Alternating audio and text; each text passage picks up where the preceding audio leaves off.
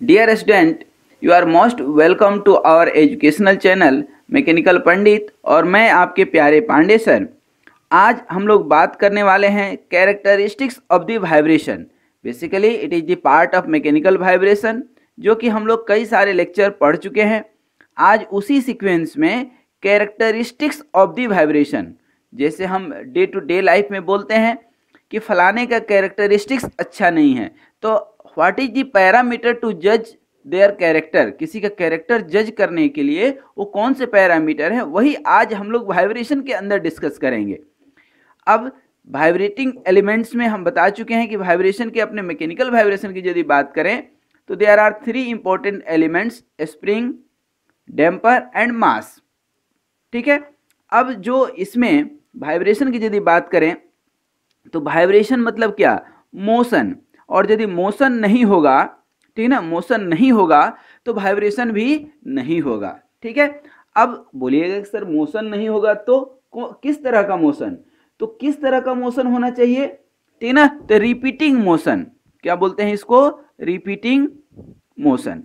क्या बोलते हैं, रिपीटिंग मोशन। आप रेक्टिलिनियर मोशन, रिलेटिव मोशन और न जाने कितने टाइप्स के जो है आप मोशन पढ़े होंगे, बट आज जो पढ़ेंगे रिपीटिंग मोशन। तो सबसे पहला जो पैरामीटर है, एक एक पैरामीटर हम डिस्कस करेंगे दोस्तों, इसको बहुत ध्यान से देखिएगा। सबसे पहला जो है हमारा, देखिए कोई भी मोशन मतलब क्या, ये बॉडी है, ठीक है ना। मोशन का मतलब क्या आप समझेंगे कि आज ये यहाँ पे है, आज नहीं कह करके हम अभी कहें ये इस पोजीशन पे है और ये मूव करके यहाँ पे आ गया, दैट मीन्स कि यही बॉडी जो है यहाँ पे मूव कर गया। जब यहाँ पे मूव किया, ठीक है ना, तो यहाँ पे क्या होगा, कुछ डिस्प्लेसमेंट होगा या नहीं, कुछ डिस्प्लेसमेंट हुआ। ठीक है। फिर अब आप देखिए यही यदि सर्कुलर मोशन हो तो, ठीक है ना, ध्यान दीजिएगा, सर्कुलर मोशन हो तो सर्कुलर मोशन पर अब क्या होगा कि यहाँ पर कोई एलिमेंट है, ठीक है, या पॉइंट है, ये मूव करना शुरू करेगा और मूव करके पुनः अपने जगह पर आएगा, तो ये सर्कुलर मोशन हो गया कि नहीं। तो सर्कुलर मोशन हो सकता है, लीनियर मोशन हो सकता है। अच्छा, एक मोशन और हो सकता है, देखिए ये यहाँ पर, अभी यहाँ पर है, ये यहाँ पर है, कोई दिक्कत नहीं है। इसको आपने क्या किया कि थोड़ा सा पुल कर लिया डाउनवर्ड डायरेक्शन में। जब आप पुल करेंगे और फिर छोड़ देंगे, पुल करके छोड़ देंगे, तो इट विल वाइब्रेट, ये ऊपर नीचे जाएगा। दैट मीन्स कि ये क्या हो गया आपका मीन पोजीशन, क्या बोलेंगे इसको, मीन पोजीशन। और मीन पोजीशन के अबाउट ऊपर जाएगा नीचे जाएगा, फिर ऊपर नीचे। दैट मीन्स कि there will be to and fro motion, that is about the mean position. Mean position के अबाउट ये टू एंड फ्रो मोशन कर रहा है, ठीक है ना। तो उसी को हम लोग बोलते हैं पीरियोडिक मोशन। तो पहला हमारा जो आएगा, इसको हम बहुत अच्छे से समझाने की कोशिश करेंगे, इतने अच्छे से शायद ही दुनिया की किसी किताब में या कहीं भी आपको मिलेगा।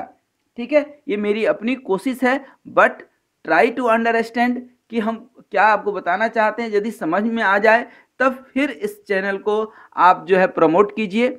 लाइक और सब्सक्राइब तो आप कर चुके होंगे, बोलने की ज़रूरत नहीं है, लेकिन प्रमोट करने के लिए ज़रूरत है आपको सेल्फ सेटिस्फेक्शन की। तो आइए हम पीरियोडिक मोशन की बात करें। थोड़ा बहुत डेफिनेशन हम लिखते भी चलेंगे। पीरियोडिक मोशन दैट मीन्स कि a motion which repeat itself, a motion which repeats itself. अब रिपीट इटसेल्फ, ठीक ना, अब रिपीट इटसेल्फ कैसे रिपीट करेगा, after an equal interval of time, after an equal interval of time. अब इसको समझिएगा, आज आप कॉलेज गए, ठीक ना, आज आप कॉलेज गए, फिर कब जाएंगे ये मालूम नहीं है, तो ये पीरियोडिक मोशन नहीं हुआ। लेकिन आज आप 9 AM पे कॉलेज गए, फिर कल 9 AM पे आप जाएंगे, फिर परसों 9 AM। दैट मीन्स कि you are repeating your activity, जो भी आप काम कर रहे हैं उसको रिपीट कर रहे हैं। सिमिलरली आप रात के 9 PM पे भोजन करते हैं, डिनर करते हैं, आप डेली करते हैं, यू आर रिपीटिंग इटसेल्फ। ठीक है, आप डेली सुबह 6 बजे रनिंग के लिए जाते हैं, ठीक है, तो that is the periodic motion. ठीक है, उसी तरह से ये जो है आपका पॉइंट है, मान लीजिए सर्कुलर मोशन है, तो एक इक्वल इंटरवल के टाइम पर फिर यहाँ पे आ जा रहा है, हर 1 सेकेंड के बाद ये यहाँ जा रहा है, जैसे घड़ी का पेंडुलम, ठीक है ना, घड़ी का पेंडुलम आप देख लीजिए, ठीक है ना, इक्वल इंटरवल ऑफ टाइम पे, क्योंकि टाइम थोड़ा भी चेंज होता है क्या, नहीं होता है, इसीलिए तो हम लोग घड़ी यूज कर रहे हैं, क्योंकि वो चेंज नहीं होता है, ठीक है। अब देखिए यहाँ पर ध्यान दीजिएगा कि इसी को हम लोग बोलते हैं periodic motion, a motion which repeat itself after an equal interval of time, ठीक है। अब equal interval of time that means कि आज आप कॉलेज गए, फिर कल कॉलेज आएंगे, तो आज से कल जब आप फिर इसको रिपीट करेंगे, इस रिपीट करने में कितना टाइम लगा, जो टाइम लगता है उसी को हम लोग बोलते हैं टाइम पीरियड। क्या बोलते हैं बेटा, टाइम पीरियड। टाइम पीरियड क्या है, time taken to complete the cycle, that means कि इसको जो है रिपीटिंग मोशन को ही साइक्लिक मोशन बोलते हैं। तो ये यहाँ से अभी जो है ट्रेन खुली थी, फिर कल खुलेगी, कितने बजे खुलेगी, या फिर दोबारा कब खुलेगी, तो ये जो रिपीट दैट मीन्स कि यहाँ से यहाँ तक आने में जब तक ट्रेन यहाँ आएगी नहीं तब तक खुलेगी कैसे, तो ये इक्वल इंटरवल ऑफ टाइम को ही क्या बोलते हैं, टाइम पीरियड। दैट मीन्स कि इसको हम लिख सकते हैं time taken to complete the one cycle.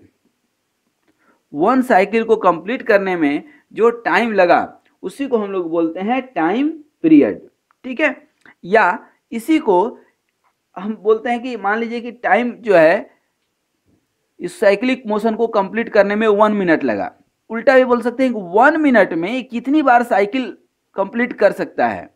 That means कि आप फील्ड में दौड़ रहे हैं, ठीक है ना, आप फील्ड में दौड़ रहे हैं, यहाँ से यहाँ गए आप, फिर यहाँ से यहाँ गए, यहाँ से यहाँ गए, तो हम पूछ सकते हैं कि 1 मिनट में आप कितनी बार टू एंड फ्रो कर सकते हैं, इसको जो है आप टच कर सकते हैं, ठीक है। तो टू एंड फ्रो मोशन को ही हम क्या बोलते हैं, फ्रीक्वेंसी। क्या बोलते हैं, फ्रीक्वेंसी। इसको समझिएगा, ये फ्रीक्वेंसी बहुत ज़रूरत पड़ेगी, ये फ्रीक्वेंसी बहुत ज़रूरत पड़ेगी, सबसे इम्पोर्टेंट है। और ये फ्रीक्वेंसी क्या हो गया, ठीक है ना, नंबर ऑफ साइकिल्स, ठीक है ना, पर यूनिट टाइम। एकदम शॉर्टेस्ट डेफिनेशन लिख रहे हैं आपके लिए, number of cycles completed per unit time, that means कि 1 यूनिट टाइम में कितना साइकिल ये कंप्लीट करता है, ठीक है। ध्यान दीजिएगा, टाइम पीरियड को कैपिटल टी से हम डिनोट करेंगे और फ्रीक्वेंसी को या तो एफ से डिनोट करते हैं या न्यू से डिनोट करते हैं। फ्रीक्वेंसी भी कई तरह की होती है जो हम आगे चल करके आपको बताएंगे, ठीक है ना, या आगे हम आपको बताएंगे कि natural frequency, free frequency, forced frequency, system frequency, resonance, ये सारी चीज़ें धीरे धीरे हम आपको बताएंगे। अब फ्रीक्वेंसी के बाद, ठीक है ना, फ्रीक्वेंसी के बाद आपने देखा कि ये मास मूव करेगा, दैट मीन्स कि ये मीन पोजीशन था आपका, ये क्या है, मीन पोजीशन। मीन पोजीशन के बॉडी या तो इधर जाएगी या इधर जाएगी, ये इधर राइट साइड या left side, right side maximum कितना जा सकता है और लेफ्ट साइड कितना जा सकता है, इसी को हम लोग बोलते हैं, इसी को क्या बोलते हैं, एम्पलीट्यूड। इसी को क्या बोलते हैं, एम्पलीट्यूड बोलते हैं, ठीक है ना। एम्पलीट्यूड कोई पूछता है तो क्या होगा, तो maximum displacement of the body from the mean position. अब लिख नहीं रहे हैं, इतना आई थिंक याद कर सकते हैं आप, ठीक है ना, कि maximum displacement of the body from the mean position is called amplitude, ठीक है। अच्छा, अब देखिए जैसे कि अब ये तो वाइब्रेट करेगा टू एंड फ्रो, अभी अभी हमने आपको बताया था फ्रीक्वेंसी, ठीक है ना, फ्रीक्वेंसी बताए थे, ठीक है ना। अब फ्रीक्वेंसी क्या है, ठीक है ना, बताए थे ना, number of cycles completed per unit time. That means कि ये जो है राइट साइड जाएगा और फिर अपने जगह पे आएगा, अब यहाँ पे जाएगा लेफ्ट साइड, सबसे लेफ्ट साइड, फिर सबसे राइट साइड, तो ये यहाँ से लेकर के यहाँ तक कंप्लीट करने में, यह साइक्लिक मोशन है, मान लीजिए ऐसा मोशन है, ठीक है। ये क्या होगा कि ऐसे जाएगा और फिर ऐसे जाएगा, फिर ऐसे जाएगा, मतलब यहाँ से चला और फिर इसी मीन पोजीशन पे आने में कितना टाइम लगा, फिर ऐसे, ये देख रहे हैं। तो ये पूरा साइकिल कंप्लीट करने में यहाँ से यहाँ तक साइकिल ये कंप्लीट हुआ, ठीक ना, कि पूरा यहाँ से गया और यहाँ तक कंप्लीट हुआ। तो ये साइकिल कंप्लीट करने में जितना टाइम जो है लगता है उसी को क्या बोलते हैं, टाइम पीरियड। ठीक है, अब समझिएगा। उसके बाद एक यूनिट टाइम में ये साइकिल कितना कंप्लीट कर सकता है, एक बार कर सकता है या 2 बार कर सकता है, 3 बार, उसको बोलते हैं फ्रीक्वेंसी। ठीक ना। अब फ्रीक्वेंसी के ही हम बता रहे थे कि कई सारे बच्चे हैं, ठीक ना। तो सबसे पहला बच्चा होता है फ्री फ्रीक्वेंसी, या इसी को हम लोग बोलते हैं नेचुरल फ्रीक्वेंसी। क्या बोलते हैं, नेचुरल फ्रीक्वेंसी। अब नेचुरल फ्रीक्वेंसी क्या होता है दोस्त, कि आप कभी ढोल बजा रहे हैं, ठीक है, ढोल पे, ठीक है ना, ये ढोल है मान लीजिए, इसके ऊपर हथौड़ा मार दिए या एक झापड़ मार दिए और छोड़ दिए, तो ये थोड़ा देर तक वाइब्रेट होते रहेगा, उसके बाद वो इक्विलिब्रियम पे आ जाएगा, खत्म हो जाएगा। या अभी हमने आपको बताया था कि आप जो है, ये जो है मास है, इसको जो है आपने डिस्प्लेस कर दिया और छोड़ दिया, तो थोड़ी देर तक ये वाइब्रेट करेगा और फिर पुनः मुस्कब होगा, अपने ओरिजिनल जगह पर चले जाएगा। ठीक ना। तो इसी को बोलते हैं हम लोग फ्री फ्रीक्वेंसी, ठीक ना, फ्री फ्रीक्वेंसी, या इसी को बोलते हैं नेचुरल फ्रीक्वेंसी। ठीक है। लेकिन ये इसी को यदि हम जो है रिपीट करते रहें मतलब फोर्स लगाते रहें, ठीक ना, या ढोल बजाते रहें, continuous application of the force, continuous application of force आप लगाते हैं, तो इसी को आप क्या बोलते हैं, फोर्स फ्रीक्वेंसी।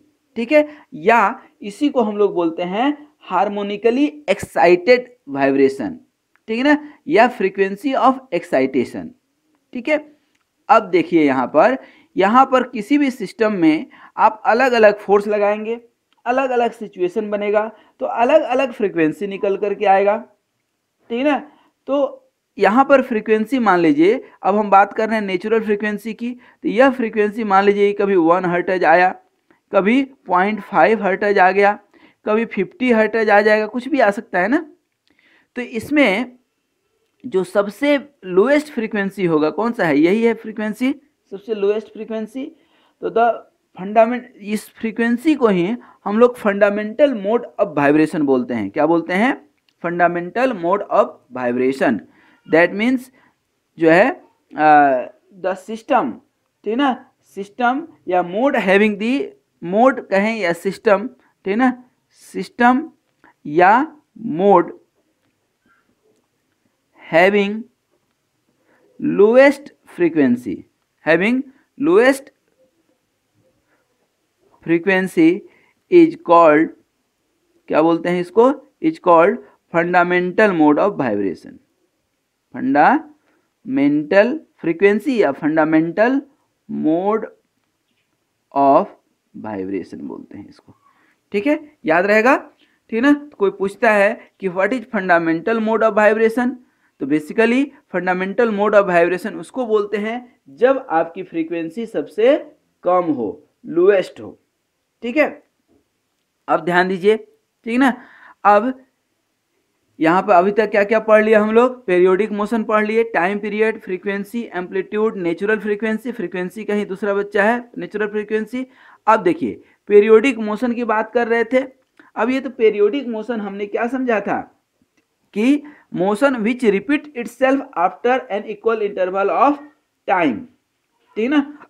अब इक्वल इंटरवल ऑफ टाइम पे जो है ये रिपीट तो करेगा, लेकिन जिस तरह आप रिपीट करते हैं कि आप रोज सुबह कॉलेज के लिए निकलते हैं और फिर अपने घर आ जाते हैं कि नहीं, आप दिन भर कहीं भी भटकते हैं, फिर शाम में घर आ जाते हैं, सुबह का भूला भटका शाम में घर वापस आ जाए, तो उसी को बोलते हैं हम लोग सिंपल हार्मोनिक मोशन, ठीक ना। क्या बोलते हैं, SHM, ध्यान रखिएगा। तो कोई पूछता है कि what is simple harmonic motion, तो the motion of a body या an object to and fro, आगे पीछे दाएं बाएं वो कहीं भी जाए, ठीक है ना, लेकिन वो हमेशा अपने इक्विलिब्रियम पोजीशन के अबाउट ही रहे। ठीक है, आप जिंदगी में कुछ भी करते हैं, कहीं भी जाते हैं, कैसे भी जाते हैं, बट शाम को घर आ जाते हैं, तो ये घर क्या हो गया आपका मीन पोजीशन। इसके दाएं बाएं आप कहीं भी जाए उससे कोई फर्क नहीं पड़ता है। तो दी मोशन इज पेरियोडिक, ठीक है ना, motion is periodic, but which kind of periodic, simple harmonic motion, इसी को बोलते हैं the motion is periodic and acceleration. Acceleration मतलब उसकी दिशा, दशा, ठीक है ना, always directed towards the mean position, ठीक है ना, towards the mean position. The motion of simple pendulum देख लीजिए, चाहे आप खुद को देखिए कि आप दिन भर कहीं भी जाते हैं और घर वापस आ जाते हैं, तो क्या हो गए आप सिंपल हार्मोनिक मोशन। अच्छा, आप 12th में पढ़े भी होंगे, थोड़ा सा इसको हम डिटेल में बताएं, थोड़ा सा डिटेल में हम बताना चाहते हैं कि देखिए क्या होता है। आप बचपन में पढ़े हैं ना, equation x equal to A sine omega T. अब बोलिएगा सर ये सब क्या है, तो x क्या है कि यहाँ से कितना दूर पे ये गया, ठीक है ना, कितना दूर गया, ठीक है, तो ये डिस्प्लेसमेंट, और ये मैक्सिमम कितना दूर जा सकता है, ठीक है ना, क्योंकि आपको मालूम है कि शाम में हमको घर वापस आना है, तो आप ये नहीं कि चलते रह जाएंगे, कहीं ना कहीं से लौटना तो है, तो मैक्सिमम दूर कितना जा सकते हैं, दैट इज कॉल्ड एम्पलीट्यूड। क्या बोलते हैं इसको, एम्पलीट्यूड। अब यदि इसको थोड़ा सा और अच्छे से समझेंगे यहाँ पर कि मोशन क्या है, साइक्लिक है, मोशन क्या है, साइक्लिक है।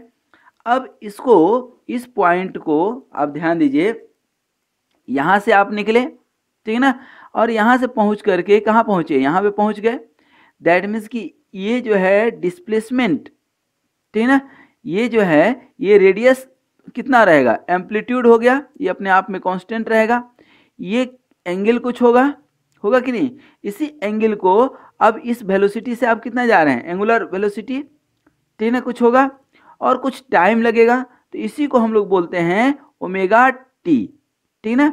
ये क्या बोलेंगे, ये जो एंगल है मान लीजिए थीटा है, ठीक ना, थीटा, तो इस पूरे डिस्टेंस को क्या बोलते हैं, आर इंटू थीटा, तो ए थीटा डिस्टेंस हो जाएगा।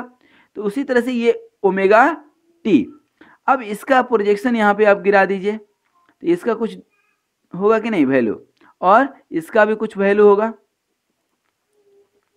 यही आपका x है, ठीक ना। और ये x जब आप निकालते हैं तो क्या निकल करके आता है, a साइन ओमेगा टी। अब पूछिएगा सर t क्या है, तो t is the time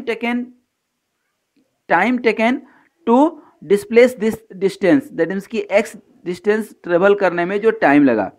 w is the natural angular frequency, a is the maximum distance, that means कि एम्पलीट्यूड, समझिएगा।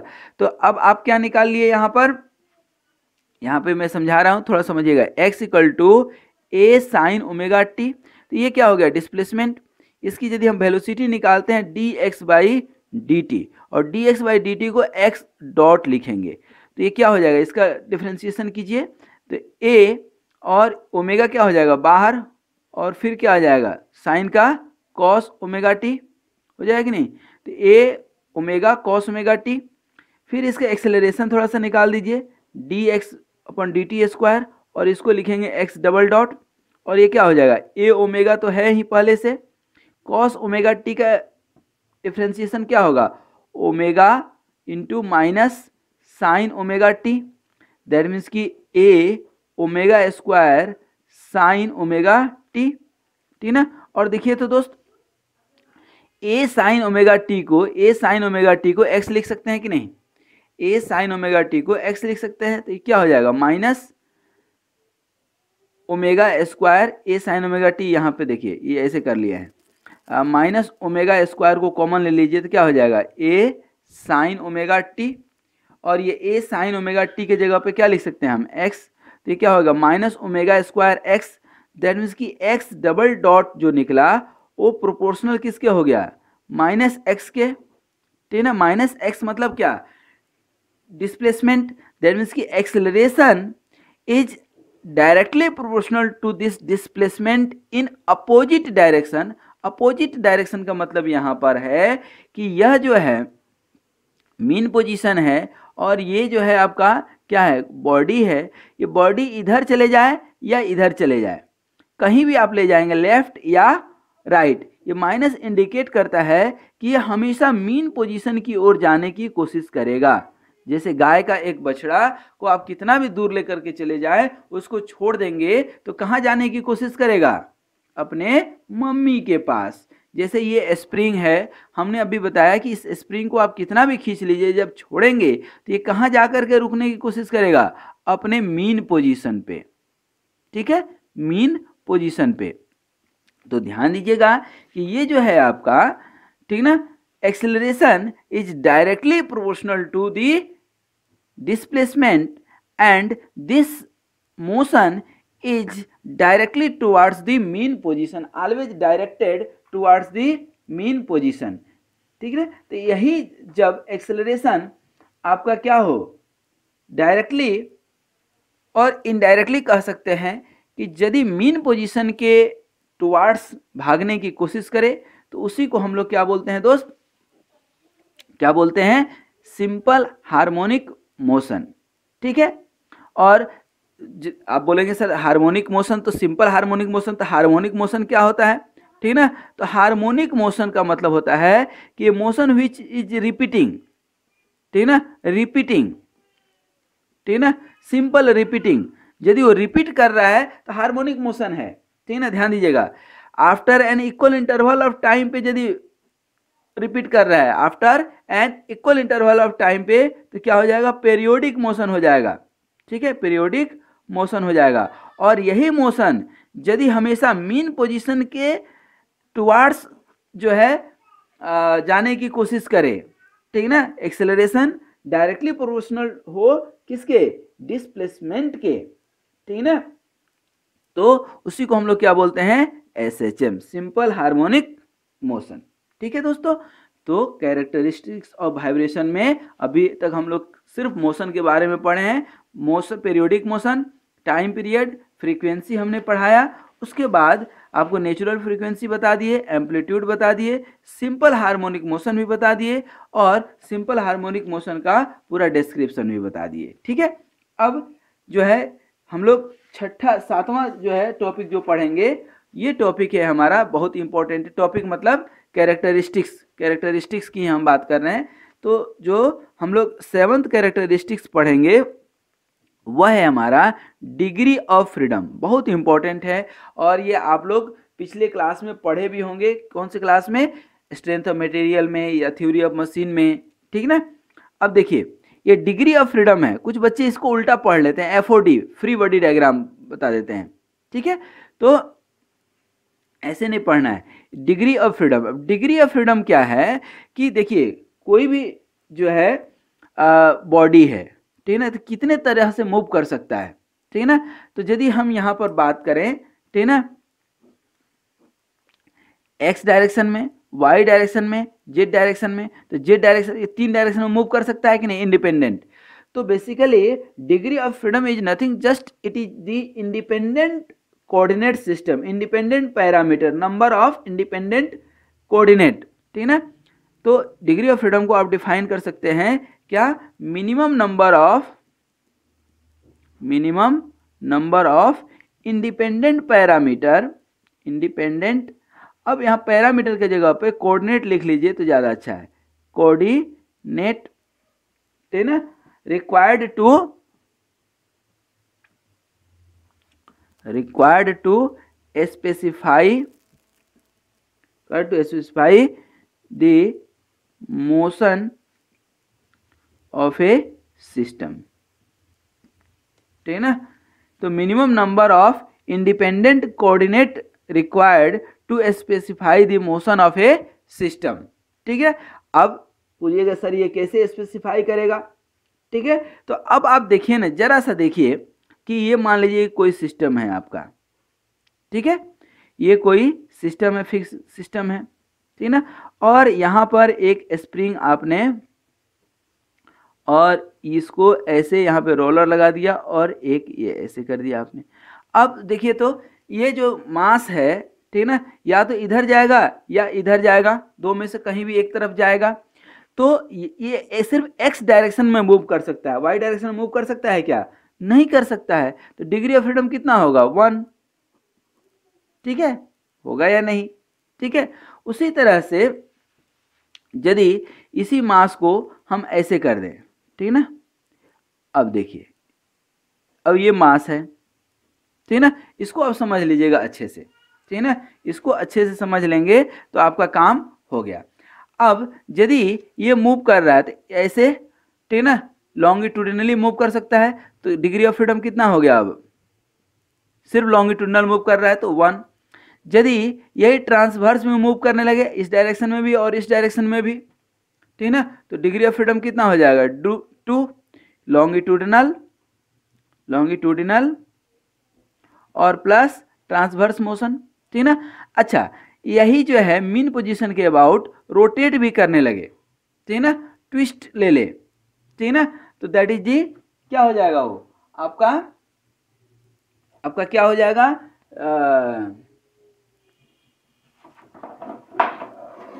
जैसे अब मान लीजिए कि ये है, अब इसको आप खींचते हैं, ठीक ना, तो लॉन्गिट्यूडनल, ठीक ना, यदि ऐसे ऐसे, जैसे देखिए ऐसे ऐसे हो रहा है तो क्या हो गया आपका?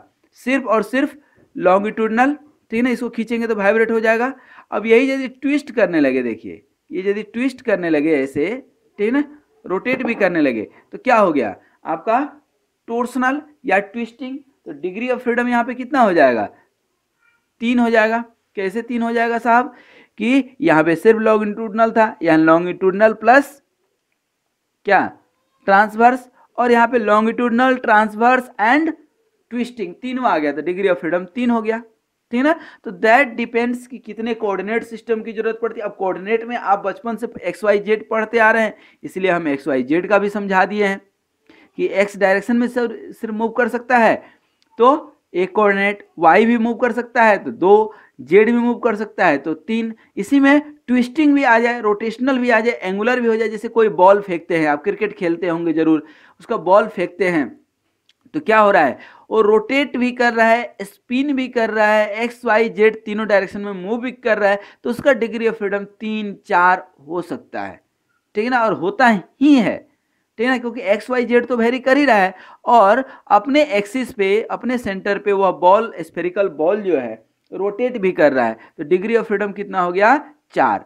लेकिन हम मैकेनिकल वाइब्रेशन पढ़ रहे हैं दोस्तों, क्या पढ़ रहे हैं? Mechanical vibration. तो मैकेनिकल वाइब्रेशन जब पढ़ रहे हैं, इसका मतलब है कि वाइब्रेशन के अंदर स्प्रिंग होगा, डैम्पिंग होगी, मास होगी, ठीक है। अब मैं आपको एक चीज बता देता हूं जाते जाते, बहुत इंपॉर्टेंट चीज है कि डिग्री ऑफ फ्रीडम कैसे निकालेंगे। ये हम मेथड नहीं बता रहे हैं, जस्ट एक ट्रिक बता रहे हैं कि किसी भी सिस्टम में ध्यान दीजिएगा कि नंबर ऑफ मास कितना है, ठीक है। जैसे यहाँ नंबर ऑफ मास कितना है? 1, तो ये डिग्री ऑफ फ्रीडम कितना हो जाएगा? 1, ठीक ना। उसी तरह से ये मान लीजिए कि एक स्प्रिंग है, मास एक, फिर एक दूसरा स्प्रिंग, फिर ये दूसरा मास, ठीक ना, तो डिग्री ऑफ फ्रीडम कितना हो गया यहाँ पे? 2, फिर एक तीसरा मास यदि जोड़ दिए तो कितना हो जाएगा डिग्री ऑफ फ्रीडम? 3। तो आप, मैं लिखूंगा नहीं क्योंकि ये लीगल नहीं है, बट एक ट्रिक आपको जस्ट हमने बताया कि नंबर ऑफ मास देखिए कितना है, ठीक ना, number of mass vibration system में देख लीजिए और यही डिग्री ऑफ फ्रीडम हो जाएगा आपका, ठीक है। तो यहां पर 1 या 2 तक तो हो डिग्री ऑफ फ्रीडम, तो बोलते हैं कि 2 degree of freedom. 3 degree of freedom फिर नहीं बोलते हैं, उसको बोलते हैं multi degree of freedom system. क्या बोलते हैं? Multi degree of freedom system. तो वाइब्रेशन जब हम पढ़ते हैं, ठीक ना दोस्तों, क्या पढ़ते हैं? वाइब्रेशन। तो वाइब्रेशन 2 टाइप का हो सकता है, ठीक ना, एक single degree of freedom system जहाँ पे डिग्री ऑफ फ्रीडम 1 होगा, और एक multi degree of freedom system जहाँ पे डिग्री ऑफ फ्रीडम यहाँ पे तो 1 होगा इक्वल टू, और यहाँ पर जो है ग्रेटर देन जो है 1 होगा, मतलब कोई 2 हो गया, मान लीजिए 2 हो गया, 3 हो गया, 4 हो गया, तो इसको क्या बोलते हैं? Multi degree of freedom system. क्या बोलते हैं? Multi degree of freedom system. तो हमें ये दोनों पढ़ना है, दोनों ही हमारे सिलेबस में है। अब बोलिए सर डिग्री ऑफ फ्रीडम 0 हो जाए तो दोस्तों डिग्री ऑफ फ्रीडम यदि 0 हो जाए तो वाइब्रेशन होगा ही नहीं, ये ध्यान रखिएगा। यदि डिग्री ऑफ फ्रीडम 0 हो जाए, ठीक ना, तो वाइब्रेशन होगा ही नहीं, बिल्कुल नहीं होगा। जब मोशन ही नहीं होगा, कोई इंडिपेंडेंट पैरामीटर ही नहीं होगा, तो कैसे होगा मोशन? ठीक है, नहीं हो सकता है। ठीक है, अब डिग्री ऑफ फ्रीडम को समझने के बाद, अब हमने आपको शुरू में याद हो तो हमने एक चीज बताया था आपको, क्या दोस्त बताया था? ये डैम्पर। अब बोलिएगा सर डैम्पर क्या होता है? ठीक है, तो अब यहाँ पे नेक्स्ट हम लिख रहे हैं क्या? डैम्पर। अब ये डैम्पर कुछ नहीं होता है, ठीक ना, आप देखे होंगे शॉक एब्जॉर्बर, शॉकर बाइक में जो है आप लगाते होंगे शॉक एब्जॉर्बर। ठीक है, तो ये शॉकर जो है आप ये कुछ ऐसा आपका आप देखते होंगे, फिर इसके अंदर एक रॉड होता है, ठीक ना, इसका कॉन्सेप्ट थोड़ा सा समझिएगा, ठीक ना, और ये आपको यहाँ पे स्प्रिंग भी रहता है, ठीक ना। गाड़ी के बाइक के आगे वाले सीन याद कीजिए, ट्रेन का पहिया आप देखे होंगे वहां पे ये लगा होता है, तो देखिए इसके अंदर होता है। अब ये होता कैसे है, थोड़ा सा ये डैम्पर समझ लीजिए होता कैसे है। ये ऐसे होता है, ठीक ना, और ये आपका एक्सल पे लगा हुआ है, ठीक ना, व्हील पे, और यहाँ पे ये प्लेट लगा होता है। ठीक है दोस्तों, ये प्लेट लगा होता है, और इसके ऊपर जो है ये लोड आप लगाते हैं। ठीक है, और ये एकदम पूरा पैक होता है, बिल्कुल पैक होता है, लिक्विड बाहर नहीं जा सकता है। अब ये सिलेंडर पिस्टन के तरह होता है दोस्तों, ठीक है ना, इसके अंदर लिक्विड भरा होता है, कौन सा? विस्कस फ्लूइड भरा होता है। ठीक है, और इसके अंदर होल होते हैं बहुत सारे छोटे छोटे। ठीक है, जब इसके ऊपर आप फोर्स लगाते हैं तो ये फोर्स कहाँ लगेगा? लिक्विड के ऊपर। तो इस छिद्र से, इस होल से ये विस्कस फ्लूइड ऊपर आएगा धीरे धीरे, ठीक है ना, और धीरे धीरे ये नीचे आ जाएगा। तो इसी को हम बोलते हैं शॉक एब्जॉर्ब कर लिया। फिर यह लोड रिमूव करते हैं तो ये ऊपर चले जाएगा और लिक्विड नीचे आ जाएगा, कहाँ से? इस होल से। ठीक है, तो अब इसके दो पैरामीटर हो गए कि ये होल जितना बड़ा होगा उतना ही जल्दी लिक्विड चले जाएगा। ठीक है, तो होल हमेशा कांस्टेंट होता है। आपके हाथ में क्या है? इसमें होल तो आप कर नहीं सकते, आपके हाथ में लिक्विड आप चेंज कर सकते हैं। ठीक है, शॉक एब्जॉर्बर में देखते होंगे जब विस्कस फ्लूइड खत्म हो जाता है तो उसकी शॉक एब्जॉर्बिंग कैपेसिटी खत्म हो जाती है, ये लिक्विड आप चेंज कर देते हैं तब। तो ये विस्कस फ्लूइड जितना विस्कस होगा उतना ही इसकी शॉक एब्जॉर्बिंग कैपेसिटी ज़्यादा होगी। ठीक है, तो basically it is the resistance of the motion of A vibrating body. ये रेजिस्टेंस क्रिएट करता है, कौन सा? यहाँ पर जैसे पानी देंगे तो इस छिद्र से तुरंत निकल जाएगा, लेकिन यही आप शहद दे देंगे, शहद मैं इसलिए बोल रहा हूँ क्योंकि आप खाए होंगे, जानते होंगे, शहद थोड़ा देर से निकलेगा तो वाइब्रेशन उतना ही आराम होगा। ठीक है, यदि यहाँ पर ग्रीस डाल देंगे, ठीक है, और कहीं अचानक से धक्का लगा, धक्का मतलब कहीं ब्रेकर आ गया या गड्ढा मिल गया, क्योंकि हमारे यहाँ भारत में तो बहुतायत में गड्ढा मिलता है, ठीक ना, तो गड्ढा में अचानक से गया तो ये अचानक धीरे धीरे नीचे आना शुरू होगा, और जैसे ही नीचे आना शुरू होगा, ठीक ना, तो ये लिक्विड ऊपर चले जाएगा, ठीक है ना, फिर लोड हटेगा तो ये दैट मीन्स कि आपकी शॉक एब्जॉर्बिंग कैपेसिटी को ये बढ़ा देता है, इसी को बोलते हैं डैम्पिंग।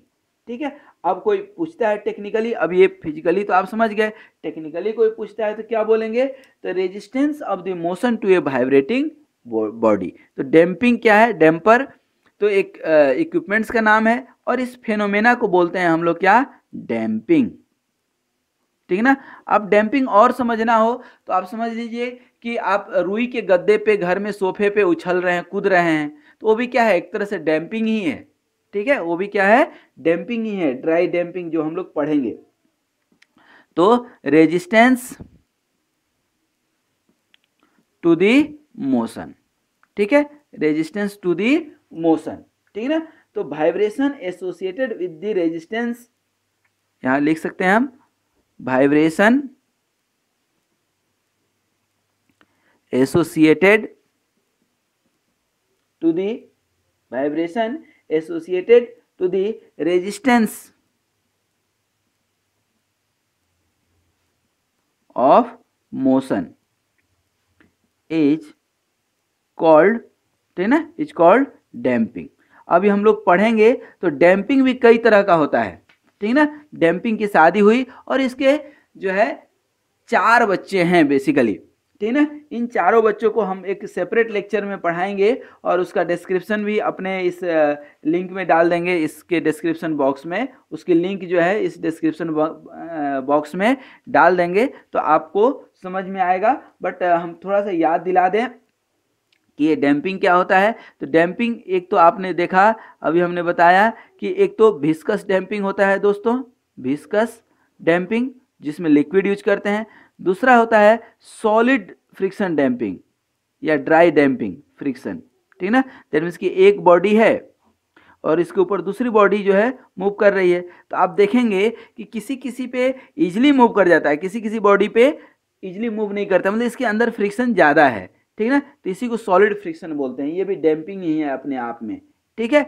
उसके बाद एक तीसरा होता है, ये सॉलिड फ्रिक्शन हो गया, विस्कस फ्रिक्शन हो गया, और एक तीसरा होता है आपका इंटरफेशियल डैम्पिंग। इंटरफेशियल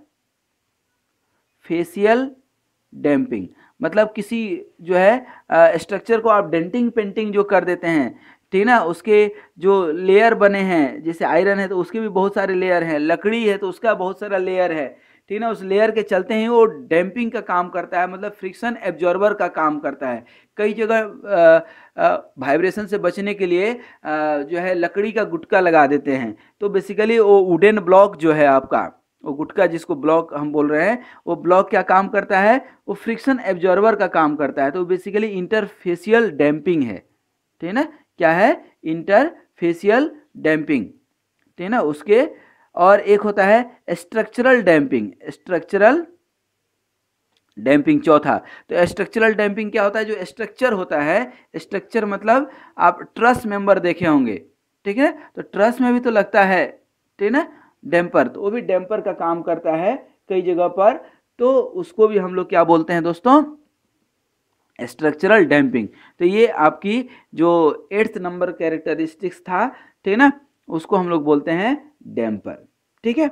और आज ये छोटा छोटा चीज हम लोग पढ़ते हैं। अब ये डैम्पिंग में भी फ्रीक्वेंसी होगा दोस्तों, क्या होगा, फ्रीक्वेंसी होगा। तो अब देखिए क्या होता है, फ्रीक्वेंसी तो होगा। अब 2 तरह की फ्रीक्वेंसी हमने आपको बताया था, अभी हमने बताया था एक, अभी हम दोबारा बता देते हैं या उसको दिखा देते हैं, सब यहीं पे है, इसीलिए इस पेज पे पढ़ाने का जो है औचित्य सिर्फ इतना सही है कि यहाँ सब कुछ रहता है। तो ये क्या हो गया, नेचुरल फ्रीक्वेंसी आपका, ठीक है, ये क्या है आपका नेचुरल फ्रीक्वेंसी। एक होता है सिस्टम फ्रीक्वेंसी, क्या होता है, सिस्टम की फ्रीक्वेंसी, ठीक है ना। तो सिस्टम फ्रीक्वेंसी और नेचुरल फ्रीक्वेंसी क्या होती है, ठीक है ना। ये आपका नेचुरल फ्रीक्वेंसी कि उसकी अपनी सेल्फ एक बार फोर्स लगाए और हटा लिए, और दूसरा क्या होती है, सिस्टम फ्रीक्वेंसी या हार्मोनिकली एक्साइटेड फ्रीक्वेंसी, ये आप बार बार फोर्स लगाते रहते हैं, तो इसकी भी कुछ वैल्यू होगी और इसकी भी कुछ वैल्यू होगी। जब इन दोनों की वैल्यू, ठीक है ना, दैट मीन्स की जो एक्सटर्नल आप फोर्स लगाए, एक्सटर्नल जो आप फोर्स लगाए, ठीक है ना, तो एक्सटर्नल एक्साइटेशन और ये नेचुरल एक्साइटेशन, ठीक है ना, इन दोनों की जब फ्रीक्वेंसी सेम हो जाती है, ठीक है ना, दैट मीन्स की frequency of external excitation is equal to the natural excitation, natural frequency of the body, then the amplitude of the vibration becomes excessively large, ठीक है ना। इस केस में एम्पलीट्यूड, एम्पलीट्यूड क्या बताए थे, याद कीजिए, एम्पलीट्यूड दैट मीन्स की मीन पोजीशन से ये कितना दूर, मैक्सिमम कितना डिस्टेंस जा सकता है, ठीक है ना, आइदर दिस साइड और दिस साइड। यदि एम्पलीट्यूड बहुत ज़्यादा हो जाए, ठीक है, तो इसी को हम लोग बोलते हैं रेजोनेंस। क्या बोलते हैं दोस्तों, रेजोनेंस। और ये आप सुने होंगे कि हम लोग सैनिक को कदम ताल जो है मिला करके ब्रिज पर चलने के लिए मना करते हैं। क्यों मना करते हैं, क्योंकि वहाँ पर यही होता है, वहाँ पर यही होता है आपका ये नेचुरल फ्रीक्वेंसी और ये एक्सटर्नल फोर्स जो एक्साइटेड फ्रीक्वेंसी है वो दोनों मैच कर जाता है और एम्पलीट्यूड क्या हो जाता है, बहुत ज़्यादा हो जाता है। इस कंडीशन में आपका ब्रिज जो है क्या होता है, ब्रेक कर जाता है, ठीक है ना। और ये सिर्फ दुर्घटना और दुर्घटना ही होता है, यही चीज़ हमें मशीन में भी बचानी है, इसलिए हम मैकेनिकल वाइब्रेशन में रेजोनेंस पढ़ रहे हैं, ठीक ना। मैकेनिकल वाइब्रेशन में रेजोनेंस क्यों पढ़ रहे हैं? इसीलिए पढ़ रहे हैं कि हमें वो बचाना है, ठीक ना। अब हम लोग अपने लास्ट उसमें पहुंच चुके हैं। एक तो अब थोड़ा सा डैम्पर पढ़ लिए, रेजोनेंस पढ़ लिए। अब जो है 10th नंबर, 9th नंबर क्या था आपका? रेजोनेंस, समझ गए। एक आता है कि अब दो सिस्टम है, ठीक ना, ध्यान दीजिए। ये भी आपका है एक और ये एक है, दूसरा है मास, ये 1 और 2, या यही जो है मान लीजिए कि साइक्लिक मोशन हो रहा है, ठीक है, समझिएगा। अब एक जो है आपका क्या है, यहाँ पर है, दूसरा क्या है, यहाँ पे है कि नहीं, ठीक ना। तो इसका एंगल कितना है, मान लीजिए ओमेगा टी, और इसका कितना है, मान लीजिए फाई। ये 1 हो गया, ये 2 हो गया। तो x1 आप लिखेंगे तो क्या हो जाएगा, a साइन ओमेगा टी, और x2 लिखेंगे तो क्या हो जाएगा, a sine omega t plus phi. होगा कि नहीं, क्योंकि ओमेगा टी प्लस फाई हो गया यहाँ से। तो ये फाई क्या है, बेसिकली 1 और 2 के बीच, माने 1 से 2 कितना दूर है, ठीक है। इसी को हम लोग बोलते हैं फेज डिफरेंस। फाई को ही क्या बोलते हैं बेटा, फेज डिफरेंस। तो इसको याद रखिएगा, फेज डिफरेंस क्या बोलते हैं, फेज डिफरेंस, ठीक है।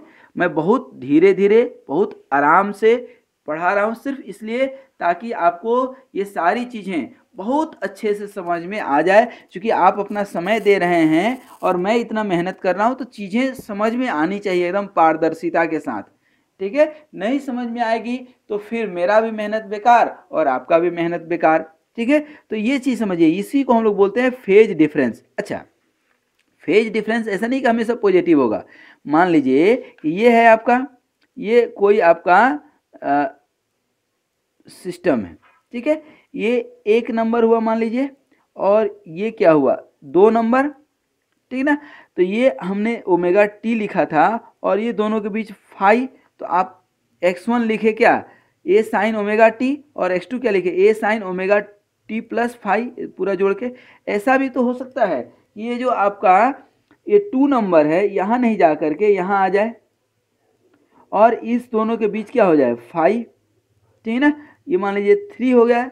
तो ये अब क्या लिख सकते हैं आप, x3 क्या लिखेंगे बताइए, a साइन और ओमेगा टी, ओमेगा टी तो ये पूरा ओमेगा टी है, ये 5 फेज डिफरेंस है, तो ओमेगा टी माइनस 5, ठीक है। तो ये क्या हो गया, फेज डिफरेंस। फाई को क्या बोलते हैं, फेज डिफरेंस। फेज डिफरेंस का मतलब होता है कि एक दूसरे से कितना आगे है या पीछे है। अरे बात समझ में, आपका दोस्त है, ठीक है, वो आपसे कितना आगे है या कितना पीछे है, that is the phase difference, ठीक है। यही हम लोग लैगिंग और लीडिंग, ठीक है ना, पढ़े हैं। कहां पे पढ़े हैं, 12th क्लास में, ठीक है। सिंपल हार्मोनिक मोशन में कि एक ऑब्जेक्ट दूसरे ऑब्जेक्ट से कितना लीड कर रहा है या लैग कर रहा है। तो ये सारी चीज़ें हम लोगों ने देखा। अब जाते जाते हम लोग इस पूरे 10 पे बस करेंगे, लेकिन इसको एक बार रिपीट करते हुए हम थोड़ा सा और आपको लास्ट के 2 मिनट समझा देते हैं, ठीक ना। हमने आपको शुरू में ही बताया था कि वाइब्रेशन के 3 बच्चे हैं, स्प्रिंग, डैम्पर एंड मास, ठीक है। उसके बाद हमने ये समझाते हुए पेरियोडिक मोशन बताया था कि ये motion which repeat itself after an equal interval of time. उसके बाद टाइम पीरियड हमने बताया कि time taken to complete the 1 cycle, एक साइकिल कंप्लीट करने में कितना टाइम लगता है, उसी को हम लोग टाइम पीरियड बोलते हैं। और यूनिट टाइम में कितनी बार कंप्लीट कर सकता है, जैसे आप 1 मिनट में कितना बार जो है उछल कूद कर सकते हैं, दैट इज अगेन फ्रीक्वेंसी, उसी को बोलते हैं क्या, फ्रीक्वेंसी, ठीक है। उसके बाद फ्रीक्वेंसी में ही हमने आपको नेचुरल फ्रीक्वेंसी बताया, और नेचुरल फ्रीक्वेंसी दैट मीन्स कि इसी को फ्री वाइब्रेशन में जो है फ्री फ्रीक्वेंसी बोलते हैं। इसका मतलब कि एक बार कहीं आप फोर्स लगाए, ठीक ना, उसके बाद उसको छोड़ दिए, जब फ्री कर देंगे उसको छोड़ देंगे, उसके बाद कुछ देर के बाद वो इक्विलिब्रियम पोजीशन पे आ जाएगा, ठीक है। तो उसी को हम फ्री फ्रीक्वेंसी या नेचुरल फ्रीक्वेंसी बोलते हैं। लेकिन यदि आप फोर्स लगाते ही जा रहे हैं, लगातार continuous you are applying the जो है continuously you are applying the force, then it is called system frequency या हार्मोनिकली एक्साइटेड फ्रीक्वेंसी। ठीक ना। अब जैसे कि हमने बताया कि स्प्रिंग और मास रहेगा, तो मोस्ट ऑफ दी जो मैकेनिकल सिस्टम है जहाँ पे इलास्टिक मेंबर्स हैं, ठीक ना, it will have the continuous kind of motion, continuous kind of force. ठीक है, तो ये हमने बताया था। उसके बाद एम्पलीट्यूड बताए आपको, सिंपल हार्मोनिक मोशन हमने बता दिया, ठीक ना, सिंपल हार्मोनिक मोशन का डिटेल में डेराइवेशन भी बता दिए, और साथ में डिग्री ऑफ फ्रीडम उसके बाद बताए थे। डिग्री ऑफ फ्रीडम में हमने आपको बताया था कि 1, 2, 3, 4 किस तरह से डिग्री ऑफ फ्रीडम आप निकाल सकते हैं। और जो मैकेनिकल सिस्टम होते हैं उसमें हमने आपको बताया, क्या बताए, कि एक तो नेचुरल फ्रीक्वेंसी की जगह पर एक्साइटेड फ्रीक्वेंसी ज़्यादा होगा क्योंकि continuous application of the force काम करेगा, और चूंकि इलास्टिक मेंबर होता है, ठीक है, तो number of degree of freedom भी एक से ज़्यादा ही होगा, मतलब मल्टीपल होगा, कंटिन्यूअस होगा। जैसे कैंटिलीवर बीम की बात करें, ठीक ना, या कोई भी सिंपली सपोर्टेड बीम की बात करें, तो इसमें नंबर ऑफ मास काउंट कर सकते हैं क्या, इनफिनाइट है, तो इनफिनाइट डिग्री ऑफ फ्रीडम होगा। तो ऐसे सिस्टम को हम लोग कंटिन्यूअस सिस्टम बोलते हैं। क्या बोलते हैं, ध्यान रखिएगा, याद रखिएगा, ठीक है ना, क्या, कंटिन्यूअस सिस्टम, कंटिन्यूअस। तो जहां पर डिग्री ऑफ फ्रीडम को आप काउंट नहीं कर सकते हैं उसको कंटिन्यूअस बोलते हैं, और जहां डिग्री ऑफ फ्रीडम को काउंट कर सकते हैं उसी को डिस्क्रीट बोलते हैं। तो घबराइएगा नहीं, चीज वही है। डिस्क्रीट सिस्टम और कंटिन्यूअस सिस्टम में डिस्क्रीट सिस्टम जहां डिग्री ऑफ फ्रीडम काउंट कर सकते हैं, ठीक है, और जहां नहीं काउंट कर सकते हैं वो कंटिन्यूअस सिस्टम। तो कंफ्यूज बिल्कुल नहीं होइएगा दोस्तों, ठीक है ना। Continuous vibration and discrete vibration यदि कोई आपसे बोलता है तो कंटिन्यूअस वाइब्रेशन का मतलब होता है कि वहां डिग्री ऑफ फ्रीडम क्या है, ज्यादा है या इनफिनाइट है, ठीक है। अब हमने सबसे और जहां पे काउंट कर सकते हैं डिग्री ऑफ फ्रीडम को उसको हम लोग क्या बोलते हैं, डिस्क्रीट सिस्टम, याद रहेगा। उसके बाद हमने देखा था डैम्पर। डैम्पर का कॉन्सेप्ट हमने बहुत डिटेल में समझाया था, और इस फेनोमेना को डैम्पिंग बोलते हैं। और इस डैम्पिंग से 4 डैम्पिंग और निकले थे, ठीक ना, कौन कौन से दोस्तों, viscous damping, solid friction damping या dry damping, slip interfacial slip damping या इंटरफेसियल डैम्पिंग, और स्ट्रक्चरल डैम्पिंग। इन चारों को एक सेपरेट वीडियो में हम लोग पढ़ेंगे, और उसका डिस्क्रिप्शन, उसका लिंक जो है इसी वीडियो के डिस्क्रिप्शन में हम जरूर डाल देंगे, ठीक है।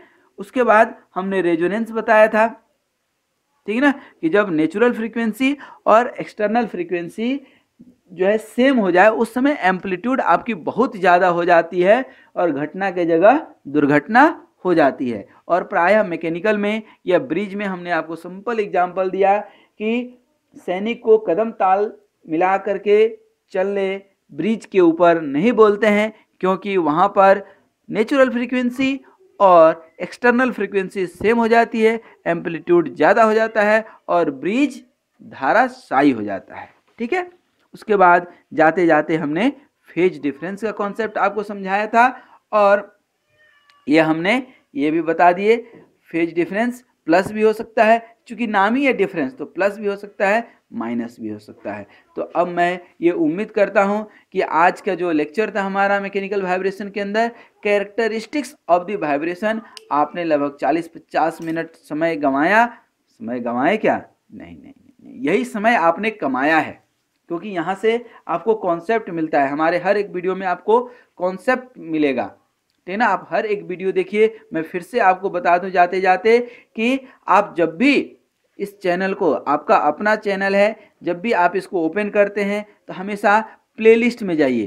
प्लेलिस्ट मतलब मैकेनिकल वाइब्रेशन सब्जेक्ट चाहिए तो मैकेनिकल वाइब्रेशन के प्लेलिस्ट में जाइए, आपको थ्योरी ऑफ मशीन चाहिए तो थ्योरी ऑफ मशीन के प्लेलिस्ट में जाइए, वहाँ पर सारे वीडियो आपको सीक्वेंस में मिल जाएंगे। तो आज यहीं तक, फिर हम लोग किसी नए वीडियो में नए कॉन्सेप्ट के साथ, नए टॉपिक के साथ मिलेंगे। वाइब्रेशन के अंदर हर एक टॉपिक कवर करने की कोशिश करेंगे, हर एक न्यूमेरिकल हजारों न्यूमेरिकल, सैकड़ों थ्योरेटिकल टॉपिक पढ़ेंगे, धीरे धीरे पढ़ते जाएंगे, आगे बढ़ते जाएंगे जीवन में। आइए हम तब तक के लिए जो है आपसे विदा लें, और इन्हीं शुभकामनाओं के साथ आप स्वस्थ रहिए, मस्त रहिए और हमेशा मुस्कुराते रहिए। धन्यवाद।